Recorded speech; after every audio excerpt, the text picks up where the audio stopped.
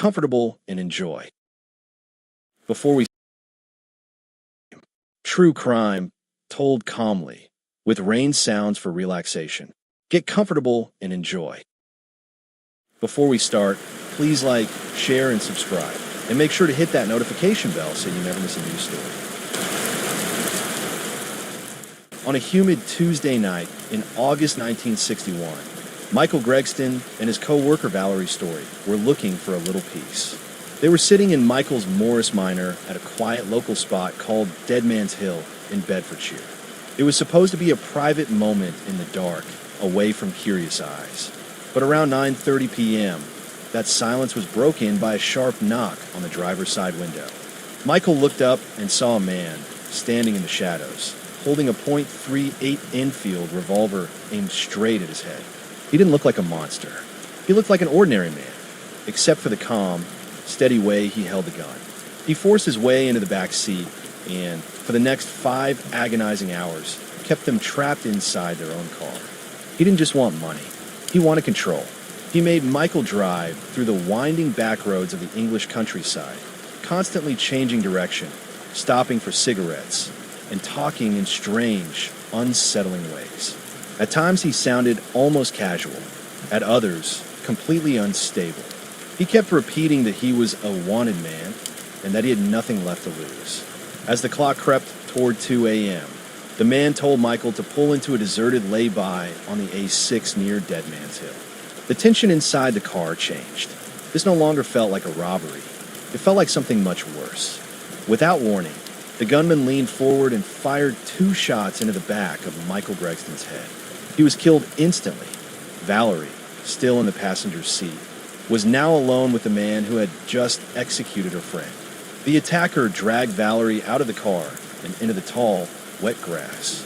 He assaulted her and then, without hesitation, stood over her and fired 7 more shots in her body.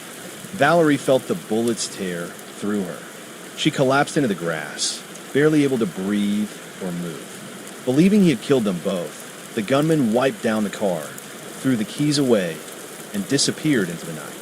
But he made one fatal mistake. He never checked to see if she was alive. Valerie's Story lay there for hours, paralyzed from the chest down and bleeding in the darkness. She knew that if she let herself drift away, she would never wake up. So instead of panicking, she focused on one thing, remembering him. She fixed his face in her mind, the sound of his voice, the way he spoke, the pale, almost saucer-like blue of his eyes. She memorized every detail because it was the only weapon she had left. When a passing motorist finally found her the next morning, her first words were not a cry for help. They were a description of the man who had done this. What followed was not just a murder investigation. It became one of the longest and most controversial legal battles in British history. Police were under enormous pressure to find a man newspapers were already calling the A6 killer. When a small-time thief named James Hanratty was eventually arrested, there was one problem. He did not have the striking blue eyes Valerie had described. Yet when Valerie was shown a lineup, she didn't hesitate. She pointed straight at him. She was certain. Hanratty claimed he was 250 miles away, staying in a boarding house in Wales. It was his alibi against her memory. And in 1962, the word of a paralyzed survivor carried more weight than any story a criminal could tell. That night on the A6 didn't just take one life and destroy another. It ignited a debate that would last for 40 years. Was Valerie's memory a perfect record of a killer? Or had trauma created a face that didn't exist? The answer would not come from courtroom. It would wait for 4 decades, hidden inside the clothes Valerie wore that night, until science finally caught up. After Valerie's Story gave her first statement, the pressure on Scotland Yard became intense. The public was terrified. A man was moving through the English countryside who did not just kill for money. He killed because he wanted to, and he was patient. Valerie had described him as having pale, almost saucer-like blue eyes, and within days, that detail took over the investigation. For weeks, it felt like every blue-eyed man in London was being quietly watched. Police first focused on a man named Peter Alford. He matched Valerie's description almost perfectly, including the striking blue eyes, and he had been staying under a false name near the area. But when detectives checked his movements, his alibi held. He was released. Still, the image of the mysterious blue-eyed killer stayed locked in the public mind. Then a new clue appeared. Police recovered .38 caliber ammunition from a bus, and it led them to a small-time criminal named James Hanratty. Hanratty was no stranger to police, but he was known as a burglar, not a violent man. He had a smooth way of talking and a reputation for charming his way out of trouble instead of fighting. There was just one problem. His eyes were not blue. They were light brown, maybe hazel, but nothing like what Valerie had described. Even so, Hanratty was arrested and placed in an identity lineup at the hospital where Valerie was still recovering. What happened next would echo through British legal history. As she was wheeled past the men, she studied their faces. Then she heard Hanratty speak, his accent, his voice, and without hesitation, she pointed at him and said he was the man who killed Michael. From that moment on, Hanratty was on a direct path toward execution, but he claimed he could not have done it. He said that on the night of August 22nd, he was not in Bedfordshire at all. He told police he was 250 miles away in the seaside town of Rhyl, in Wales, staying at a boarding house run by a woman with a Greek name. The problem was Hanratty was chaotic and forgetful. He mixed up streets. He confused dates. At one point, he named the wrong town before correcting himself. To a jury in 1962, it sounded like a man inventing a story as he went along. Prosecutors argued that his harmless-sounding gentleman thief image was just a disguise for something far darker. The trial lasted 21 days, one of the longest in Britain at the time. The jury argued for 9 hours. On one side was Valerie Story, a paralyzed survivor whose testimony carried enormous weight. On the other was a career criminal with a shaky alibi. In the end, the voice she recognized mattered more than the eye color. James Hanratty was found guilty. On April 4th, 1962, he was taken to the execution chamber at Bedford Jail. He remained calm. In a final letter to his family, he wrote that he was dying an innocent man and begged them to clear his name. When the trapdoor opened, he became one of the last people ever executed in the United Kingdom. But his death did not end the case. For decades, Hanratty's family and a group of determined journalists fought to reopen it. They found people in Rhyl who swore they had seen him there. They pointed again to Peter Alphen, who began making strange, cryptic calls to reporters, almost as if he wanted attention. The A6 murder became a symbol for everything that could go wrong when a conviction rests mostly on a single eyewitness. The truth would not come from a confession or a new witness. It would come in 2002 from a tiny speck of DNA that had been sitting quietly in an evidence bag for 40 years, waiting for science to finally catch up. After the DNA results were released in 2002, the story of the A6 murder changed overnight. For decades, the public had been fed a very different version of events. James Hanratty had been portrayed as a polite young man, a small-time thief who was caught in a web of weak evidence and pushed toward the gallows by a system desperate for a conviction. The science told a far darker story. It showed that Hanratty was not just unlucky. He was someone who could look completely ordinary while being capable of cold, deliberate violence. The question was no longer, did he do it? It became, how did he almost get away with it? Hanratty supporters tried to challenge the DNA. They claimed it must have been contaminated during the 40 years it sat in police storage, or that it had somehow been transferred during handling back in 1962. The Court of Appeal rejected those ideas. The DNA was found in what experts called integral biological stains. It was not sitting on the surface. It was embedded deep in the fibers of Valerie Story's clothing, in a way that could only have happened during the attack itself. For Valerie Story, the 2002 ruling brought an end to a lifetime of doubt. She had been paralyzed since she was 23 years old, but the physical injuries were only part of what she carried. For decades, people accused her of lying. Others claimed her memory was unreliable. Many focused on her description of the killer's pale blue eyes, using that one detail to question everything she said. When the DNA confirmed the truth, it was more than a legal decision. It was justice for a woman who had been forced to defend her own reality for 40 years. The A6 murder remains one of the most important cases in British legal history because it exposed how powerful a story can be. We want to believe we can recognize a killer. We want to think that someone who seems polite or charming must be harmless. Hammerty proved how dangerous that thinking can be. He went to his death calmly, insisting on his innocence to the priest, to his family, and to the man who pulled the lever. It showed how far a lie can be carried, even to the very end. Today, the A6 near Dead Man's Hill is just another quiet road, but it will always be tied to what happened there. The case stands between two eras of justice, one that depended almost entirely on eyewitness testimony, and one where a single microscopic trace of DNA can travel through decades to reveal the truth. And it leaves behind a chilling lesson. In true crime, the most convincing person in the room is often the one you should be watching the closest.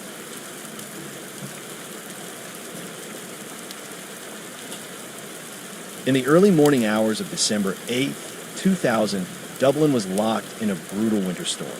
22-year-old Trevor Deely, a bright IT professional at the Bank of Ireland, was on his way home after his office Christmas party. With taxis on strike and the weather turning harsh, Trevor made a quick stop at his office to grab an umbrella and check his emails before beginning the long walk home. What happened next was not just a disappearance. It was a chain of moments captured on camera, moments that have haunted Ireland for more than 2 decades. Wind tore through the streets, and freezing rain turned the city into a dark, slick maze. For 22-year-old Trevor Deely, it was meant to be a good night. He was a successful IT worker at the Bank of Ireland, coming off his office Christmas party. But a citywide taxi strike left him with no way home except on foot. Around 3:35 a.m., Trevor stopped at his office on Wilton Terrace to grab a large umbrella and check his emails before starting the long walk to his apartment in Ballsbridge. As he approached the back gate, grainy black and white CCTV captured a chilling detail. A man in a dark hoodie was already there. He wasn't passing by. He was standing still in the shadows, waiting. When Trevor reached the gate, the man stepped forward. The two spoke for about 10 seconds. To Trevor, it likely felt harmless, maybe someone asking for the time or directions. But looking back, the interaction feels very different. The man wasn't making small talk. He was sizing Trevor up, checking if he was alone, vulnerable, and about to walk into the night by himself. Trevor swiped his badge and went inside the bank. But the man in the hoodie did not leave. For the next half hour, while Trevor stayed warm inside, the man waited outside in the rain, pacing back and forth, never taking his eyes off the door. At 4:03 a.m., Trevor came back out carrying a large black golf umbrella with the word Accord printed on it. He turned and started walking toward Haddington Road. A second CCTV camera caught him a few minutes later, moving quickly through the rain. Then came the most disturbing moment. About 30 seconds after Trevor passed, the man in the hoodie appeared on the same camera. He was not strolling. He was walking faster, closing the gap. He was following him. Both men disappeared into a stretch of road beyond the camera's reach. Trevor Deely was never seen again. In the days that followed, Dublin was flooded with searches. Divers went into the Grand Canal. Streets and buildings were combed. Then something strange happened. Reports started coming in from London. People claimed to have seen a man who looked exactly like Trevor in major train stations. His family rushed to the UK, handing out posters, searching crowds, hoping he was alive but lost. That hope slowly collapsed. The bank activity turned out to be automated. The sightings were mistakes. By the time the truth settled in, the only real evidence left was that rainy CCTV footage from Dublin. Years later, in 2017, modern forensic technology brought a new shock. The enhanced footage showed the man in the hoodie wasn't acting alone. He appeared to be signaling to someone off camera. What once looked random now looked planned. Every year, Trevor's family retraces his final walk, past the bank gate, past the last camera, into the stretch of darkness where he vanished. He is still known as the boy with the umbrella, and someone, somewhere, knows exactly what happened after he turned that corner. After the grainy footage of the man in the hoodie became the central lead in Dublin, the investigation slowly began to stall. There were no new sightings, No physical evidence. No trace of Trevor's distinctive black Accord umbrella. The CCTV had given police a shadow to chase, but nothing solid to grab onto. Weeks passed, then months, and the case was drifting toward the kind of silence that swallows missing person investigations. Then, just as hope was fading in Ireland, something unexpected happened. Reports started coming in from across the Irish Sea. London. What began as a single tip quickly turned into a flood of sightings. People claimed they had seen a young man who looked exactly like Trevor Deely walking through major train stations, riding the underground, or standing alone on crowded platforms. The idea was almost too powerful to ignore. London was massive, loud, shithole. If Trevor had wanted to disappear, it was the perfect place to do it. This was not just gossip. Detectives had something that made the theory feel real. Trevor's bank account showed activity that appeared to originate in the UK. In missing person cases, financial movement is one of the strongest signals investigators can hope for. It suggested not just survival, but movement. It suggested that Trevor had not been taken into the darkness of Haddington Road. It suggested he had crossed borders. A new theory began to form. Maybe Trevor had not been followed into danger at all. Maybe he had suffered a mental break. The stress of work, the late night, the storm, the alcohol from the Christmas party. Maybe something inside him snapped, and instead of walking home, he kept walking. Onto a ferry, onto a plane, into another life. The idea was painful, but hopeful. Trevor might be alive. He might be confused. He might not even know who he was anymore. For the Deely family, that possibility was impossible to ignore. They did not wait for formal police action. They went to London themselves. Trevor's brother Mark and other family members arrived carrying stacks of posters with Trevor's face on them. They spent weeks moving through the busiest places in the city. Euston Station, Paddington, King's Cross, tube platforms, street corners. Anyone who would stop got a flyer. Anyone who wouldn't still saw Trevor's eyes staring back at them from a piece of paper. It was exhausting, physically and emotionally. Every young man with dark hair became a potential miracle. Every glance could be him. Every passing face felt like a test of hope. At the same time, Irish detectives were working with Scotland Yard. Every reported sighting was logged. Every description was checked. Some people were confident. They described a young man who looked lost, disoriented, not quite sure where he was. A few even said the man had an Irish accent. For a while, it felt like the mystery was closing in on itself. Then the truth started to come out. Scotland Yard's financial experts took a closer look at the bank activity that had sparked the London theory. What they found was devastating. The transactions were not withdrawals. They were not purchases. They were not someone tapping a card or using an ATM. They were automated, pre-authorized background processes. Standing orders, fees, digital echoes that continue whether a person is alive or gone. The digital footprint was not Trevor walking through London. It was his bank account breathing on its own. One by one, the London sightings were investigated and collapsed. CCTV footage was checked. Witnesses were interviewed. None of the men seen in the stations turned out to be Trevor. The young man with the Irish accent disappeared into the blur of a city that holds millions of people and keeps none of them. The Deely family had to face another kind of loss.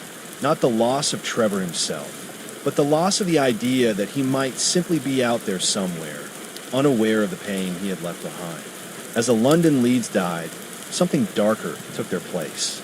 Investigators began to ask whether the flood of UK sightings had been random at all. When a missing person case becomes public, people want to help. They see faces in crowds. They connect dots that are not there. But some detectives wondered if something more deliberate had happened. Was it possible someone had nudged the investigation away from Dublin? Could a person connected to what happened on Haddington Road have wanted police chasing ghosts in another country while the real trail cooled? There was no proof of that, but the idea refused to go away.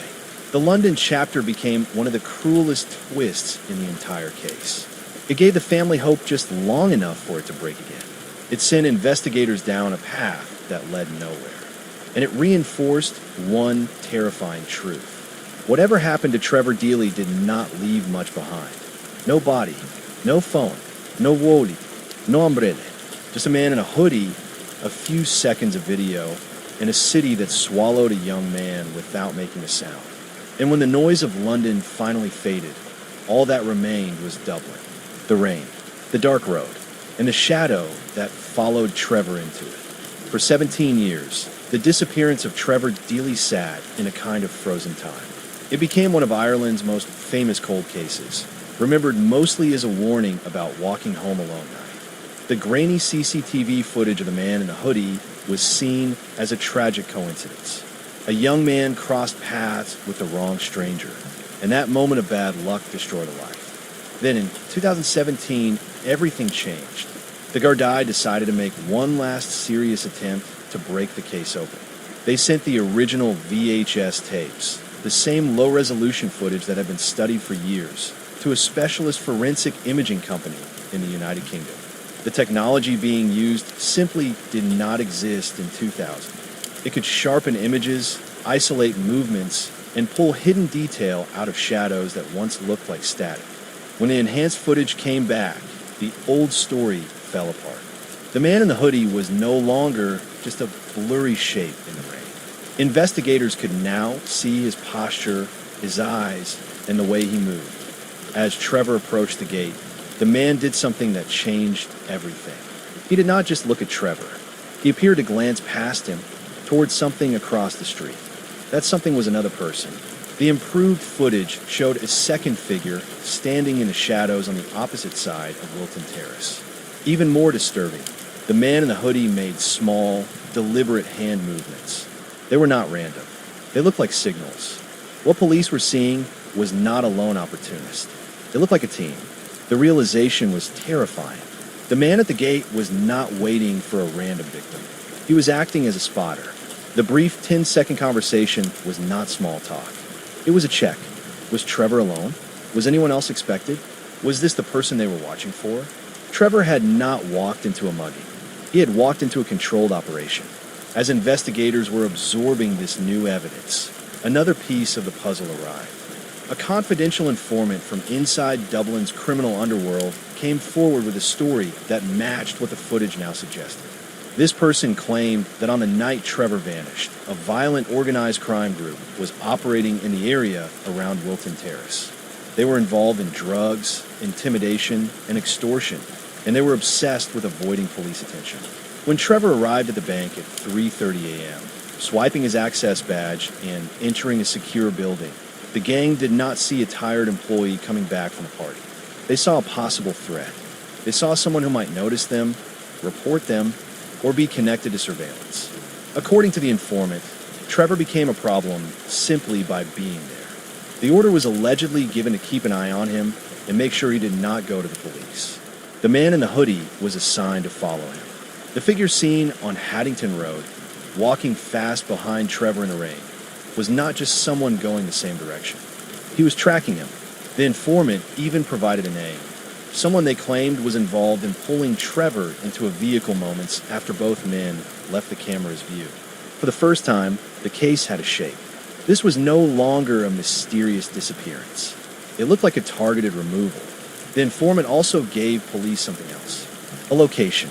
They claimed the gang used a remote, overgrown piece of land in Chapel Isaac, a 3-acre stretch of woodland on the edge of Dublin, to hide evidence and bodies.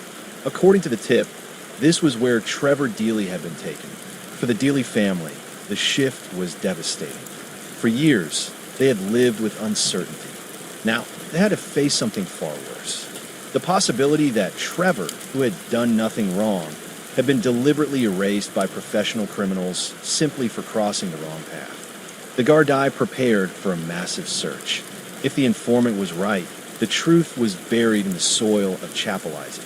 And Ireland was about to watch as that ground was torn open. In August 2017, the quiet Dublin suburb of Chapel Isaac was transformed into the center of a national obsession. For almost 17 years, the disappearance of Trevor Deely had been stuck in limbo, remembered only through grainy CCTV clips and unanswered questions. But now, a sudden break from inside Dublin's criminal underworld had dragged the case back into the spotlight. A confidential informant, someone with deep connections to gangland figures, came forward with a chilling story. This was not a vague tip or a rumor. They gave Gardai a specific name and a precise location. According to them, Trevor Deely had crossed paths with a violent criminal gang on the night he vanished. The encounter was not planned. Trevor had simply been in the wrong place at the wrong time. The informant claimed that after being followed from Woolton Terrace, Trevor was intercepted, killed that same night, and secretly buried in a 3-acre stretch of overgrown woodland near the River Liffey in Chapel Isaac. This land was known locally as a dumping ground for criminal activity, a place where illegal items could be hidden and forgotten. For investigators, this was the first lead in years that came with real detail. The Gardai did not treat it as speculation. They declared the site an official crime scene. Heavy fencing went up. Uniformed officers guarded the perimeter. Forensic specialists arrived with cadaver dogs, ground-penetrating radar, and excavation teams. What had once been quiet woodland was now filled with blue tents, generators, and floodlights. For the Deely family, it was a moment they had both prayed for and feared. For years, they had lived between hope and grief, never knowing if Trevor was alive or dead. Now they were forced to stand behind police tape, watching the ground being torn apart, knowing that if something was found, it would mean the end of all uncertainty and the beginning of something far worse. As the search teams cut through the thick brush and began carefully digging, they made a discovery that sent a wave of shock through the operation. Buried in the soil were a cache of illegal drugs and a loaded firearm. This was not random trash. These were the tools of organized crime. The woodland was not just a forest. It was a gangland storage site. The find appeared to validate the informant's story. It proved that serious criminals had been using the area exactly as described. For a moment, it felt like Trevor's fate was about to be confirmed. But as the days stretched into weeks, the excitement turned into anxiety. The cadaver dogs alerted to multiple areas. The radar detected disturbances beneath the soil. Each signal triggered a new dig, and each hole was carefully searched, bagged, and recorded. Yet every time, the ground came back empty. The firearm, though alarming, was tested and found to have no direct link to Trevor. The drugs only confirmed that criminals had operated there, not what they had done to him. After 6 exhausting weeks of digging, the Gardai were forced to deliver devastating news. They had found evidence of criminal activity, but they had not found Trevor Deely. The Chapel Isaac excavation became another painful dead end. It left behind a disturbing contradiction. The informant had clearly known something about the gang and their hidden site. That much was proven, but Trevor's body was not there. This meant only 2 possibilities. Either Trevor had been moved long before the tip was given, or the informant had only been told part of the truth, with the real burial place kept secret even within the gang. For the Deely family, Chapel Isaac became a symbol of how close and yet how far they were from answers. The dig confirmed that Trevor had likely crossed paths with organized crime that night. It showed that something terrible had happened, but it did not give them what they needed most. No remains, no woodbine, no cloche. More than 2 decades after he walked out his office with an umbrella in his hand, Trevor Deely is still missing. No arrest has ever been made. No one has ever been charged. And somewhere, someone knows exactly what happened when Trevor disappeared into the darkness of Haddington Road. That silence is what keeps this case alive. In 2023, the Trevor Deely case, a mystery frozen in time for more than 2 decades, took a turn that no one saw coming. For 23 years, one image had defined the entire investigation. A dark figure walking behind Trevor on Haddington Road. The public called him the Man in Black. In documentaries, news reports, and online forums, he was treated as the obvious villain, a silent predator following his victim through the storm. That assumption was wrong.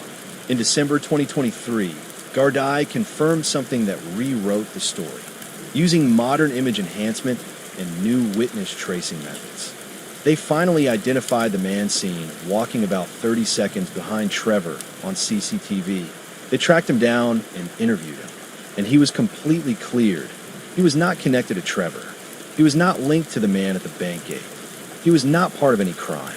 He was simply another person caught on camera trying to get home in the rain. For the Dealey family, this was both a relief and a heartbreak. One of the most haunting figures in Irish true crime was no longer a suspect. But that also meant the most visible lead in the case had been a dead end for more than 2 decades. Whoever took Trevor never appeared on that second camera at all. That discovery pushed the focus back to the only person who truly matters in the footage, the man at the gate. He stood in the rain behind Bank of Ireland for over 30 minutes. He watched Trevor arrive. He spoke to him. Then Trevor walked away, and the gate man vanished into the night. To this day, Gardaí have never identified him. He has never come forward. He has never explained why he was there. He remains the only unexplained figure in the entire timeline. As of early 2026, the Trevor Dealey case is still an active missing person investigation. It has never been closed. His brother Mark Dealey continues to speak publicly, holding on to a quiet, stubborn hope. He once said Trevor is just as likely to walk through the front door tomorrow as he is to be found somewhere far away. The umbrella Trevor carried that night, with the word accord printed on it, has become a symbol in Ireland. It represents a young man who left a party, walked into a storm, and vanished into a story that still refuses to end. Somewhere, someone knows what happened at that gate. And until they speak, Trevor Dealey remains one of Ireland's deepest and most haunting mysteries. In the fog-drenched mountains of eastern France, there is a place called the Valone Valley. It is the kind of place where families stay for generations, where everyone knows everyone else's business, and where old grudges do not fade. They wait. In the early 1980s, Jean-Marie and Christine Villemin felt like they had escaped that small-town trap. Jean-Marie was young, ambitious, and had just been promoted to foreman at a local factory. They had a new house on a hill, a comfortable life, and a beautiful 4-year-old son named Gregory. But in the Valone Valley, success did not bring admiration. It brought resentment. And for the Villemins, that resentment grew into something far darker. In 1981, the phone calls began. Late at night, the phone would ring. When they answered, there was no voice at first, only heavy breathing. Sometimes, the eerie cawing of a crow. Then the caller would speak, a voice filled with hatred, reciting private details about their lives that only someone close to them could possibly know. This person became known as Le Corbeau, the Crow. The Crow was not just trying to frighten them. He was trying to tear them apart. He sent dozens of letters written in a jagged, disguised script. He mocked Jean-Marie's promotion, calling him the boss with bitter sarcasm. The letter spoke of old family secrets and promised that Jean-Marie's pride would be punished. The Villemins changed their phone number. They went to the police. They lived in constant fear. But the Crow always seemed one step ahead. He knew when they were home. He knew when they were asleep. And he knew exactly where their little boy played. On October 16, 1984, the psychological torment turned into something far worse. It was a calm autumn afternoon. Christine was inside the house, doing chores with the radio playing softly in the background. 4-year-old Gregory was outside in the front yard, playing in a pile of gravel with his toy cars. It was quiet, ordinary, safe. At 5 o'clock, Christine looked out the window to check on him. The gravel was there. The toy cars were there. Gregory was not. Panic hit instantly. Christine ran outside, screaming his name, her voice carrying across the valley. She checked the road, the neighbors' yards, the nearby woods. There was no sign of him. 30 minutes later, the phone rang at the home of Jean-Marie's brother, Michel. When he answered, he heard that same twisted voice. But this time there was no calling, no breathing, only cold certainty. I have taken the son of the boss. I have taken my revenge. I have thrown him into the Valone. Michel immediately called Jean-Marie. Within minutes, the valley filled with police, firefighters, and desperate family members. They knew the Valone River was swollen from recent rain. In the darkness, teams walked the muddy riverbanks with flashlights, searching through fog and freezing water. At 9:15 that night, a firefighter's beam caught something floating downstream for miles from the Villemin home. He stepped into the water and pulled out a small, heavy bundle. It was Gregory. He had not been beaten. He had not been stabbed. He was still dressed neatly in his blue hat, green jacket, and velvet trousers. But his hands and feet were tightly bound with strong rope. A wool cap had been pulled down over his face. He had been tied up alive and placed into the river to drown. It was not a moment of rage. It was deliberate. The next morning, as the family sat crushed by grief, another letter arrived. It had been postmarked at 5:15 p.m., just minutes after Gregory vanished. I hope you die of grief, boss. Your money cannot bring your son back. This is my revenge. The crow had crossed from harassment to murder. As investigators began to look closer, they realized something terrifying. The person behind this crime was not a stranger. The letters showed intimate knowledge of the family. The timing of the kidnapping was too precise. Whoever did this knew their routines, knew their house, knew their child. The killer was someone from inside their world. The Valone Valley was about to turn on itself. Families would accuse families. Brothers would turn against brothers. And the murder of little Gregory would become one of the most bitter and infamous true crime stories in French history. With Bernard LaRoche behind bars and a teenage witness pointing the finger, the people of the Valone Valley thought the nightmare was over. But in this case, every answer only leads to a darker question. Just days after Muriel Ball gave her testimony, she was released back to her family. When she emerged from her house the next morning, she looked like a different person. Surrounded by angry relatives and reporters, she suddenly claimed she had lied. She said the police had pressured her, that Bernard was innocent, and that she had never seen Gregory that day. Without Muriel's statement, the case against Bernard LaRoche began to fall apart. In early 1985, a judge made a decision that would change everything. Bernard LaRoche was released from custody. For Jean-Marie Villemain, this felt like a complete betrayal. He had built a life through hard work and discipline, and now the man he believed was responsible for his son being taken and left in the river was walking free, just a few miles away. The anonymous letters had promised to ruin his life. And as Jean-Marie sat alone in his quiet house, staring at Gregory's empty bedroom, it felt like those threats were being fulfilled. He stopped sleeping. He began carrying a weapon in his car. His world narrowed to one painful obsession.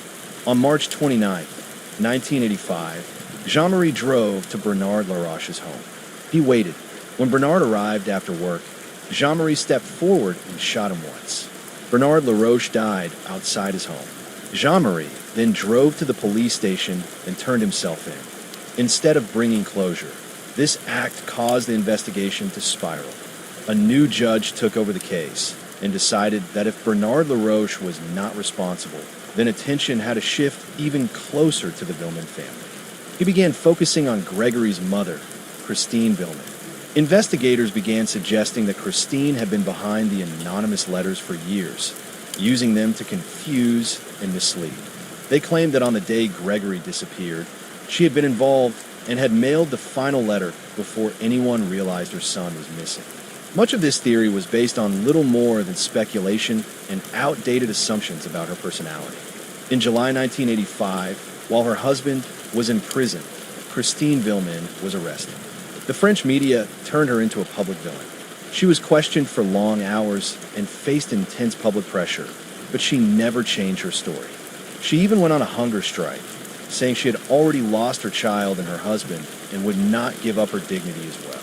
Years later, in 1993, the courts officially cleared Christine of all charges. Not only were the accusations dropped, but the courts acknowledged that the investigation had been deeply flawed. Today, the Petit Gregory case remains unsolved. Jean-Marie served time for the killing of Bernard LaRoche and was later released. He and Christine moved away and tried to live quietly under new names. Over the years, new forensic tests have uncovered DNA traces on the anonymous letters and envelopes, and voice analysis has suggested that more than one person may have been involved. Many investigators now believe the crime was carried out by several individuals within the extended family. The boy in the blue wool cap has become a lasting symbol in France, a reminder that even in quiet, beautiful places, terrible secrets can remain hidden for decades. In 2014, a family in Westfield, New Jersey, believed they had found their forever home.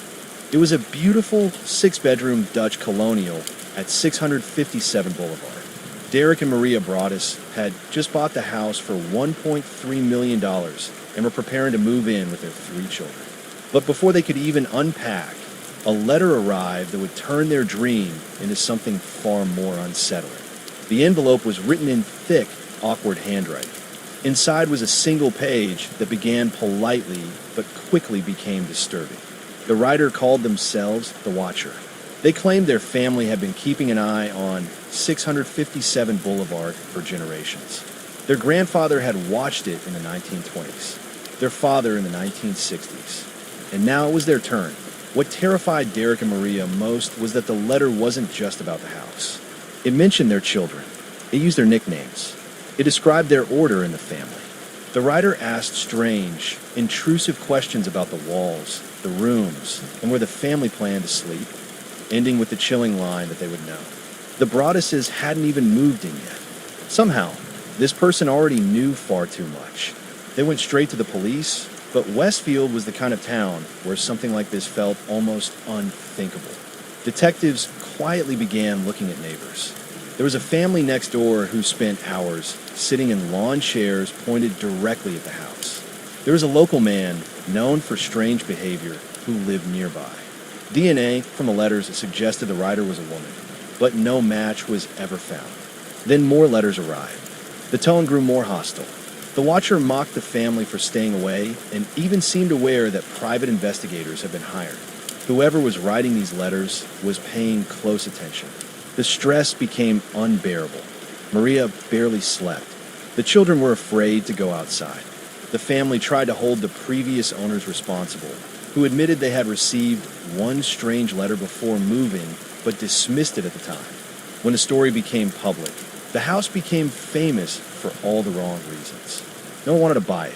When the Broadduses tried to demolish it and sell the land, the town blocked the plan, saying it would change the character of the neighborhood. They were stuck paying for a house they were afraid to live in. In 2019, after 5 long years, the Broadduses finally sold the house, losing hundreds of thousands of dollars in the process. The new owners have never reported receiving a single letter. Some people believe the Watcher was a neighbor who finally got what they wanted. Others, especially online, even accused the family themselves. The Broadduses have always denied this, pointing to the financial and emotional damage they endured. To this day, no one knows who the Watcher was. The person who claimed to be guarding the secrets of 657 Boulevard was never identified, leaving behind one of the strangest and most unsettling home stories in American history. Thank you for watching. I'll see you in the next story. Make sure to subscribe, like, and share if you want more.